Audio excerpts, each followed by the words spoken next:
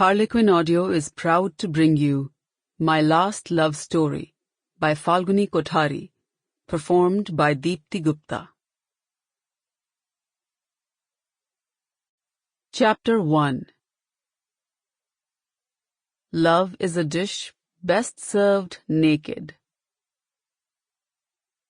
As a child, those oft-quoted words of my father would have me rolling my eyes and pretending to gag at what I'd imagined was my parents' precursor to a certain physical act. At 30, I'd long ago realized that getting naked wasn't a euphemism for sex. Neither was love. It wasn't my father invoking the expression just now, though, but my husband. Nirvan considered himself a great wit, a New Age philosopher. On the best of days, he was, much like Daddy had been. On the worst days, he was my tormentor. "What do you think, Dr. Archer? Interesting enough tagline for a vlog? What about baby in a petri dish?" Nirvan persisted in eliciting a response from the doctor and or me for his ad hoc comedy, which we'd been ignoring for several minutes now.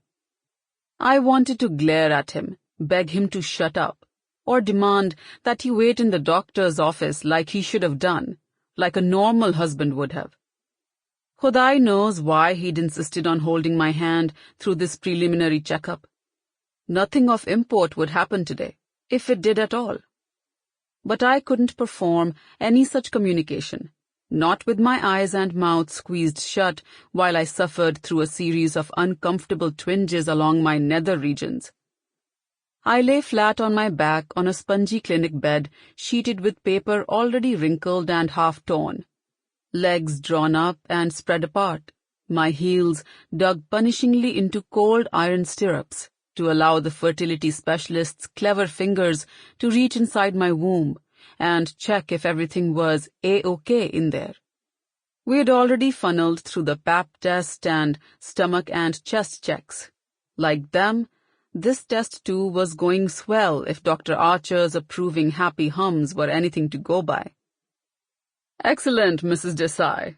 All parts are where they should be," he joked, only as a doctor could. I shuddered out the breath I'd been holding, as the feeling of being stretched left my body. Nirvan squeezed my hand and planted a smacking kiss on my forehead. I opened my eyes and focused on his beaming upside-down ones. His eyelids barely grew lashes anymore. I'd counted 27 in total just last week, the effect of years of chemotherapy. For a second, my gaze blurred. My heart wavered and I almost cried. "What are we doing, Nirvan? What in Khudai's name were we starting?" Nirvan stroked my hair, his pitch-black pupils steady and knowing, and oh so stubborn. Then his face rose to the stark white ceiling, and all I saw was the green and blue mesh of his gingham shirt, the overlapping threads, the crisscross weaves, a pattern without end. "Life is what you make it, child." It was another one of my father's truisms. Swallowing the questions on my tongue, I refocused my mind on why we were here.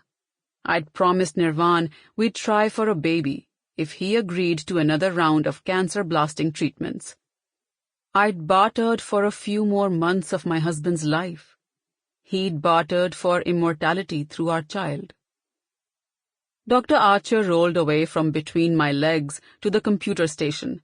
He snapped off and disposed of the latex gloves. Then he began typing notes in near-soundless staccato clicks. Though the examination was finished, I knew better than to sit up until he gave me leave. I'd been here before. Done this before. 2 years ago, when Nirvan had been in remission, and the idea of having a baby had wormed its way into his head. We'd tried the most basic procedures then, whatever our medical coverage had allowed. We hadn't been desperate yet to use our own money, which we shouldn't be touching even now. We needed every penny we had for emergencies and alternative treatments. Sample complete. Ready to continue?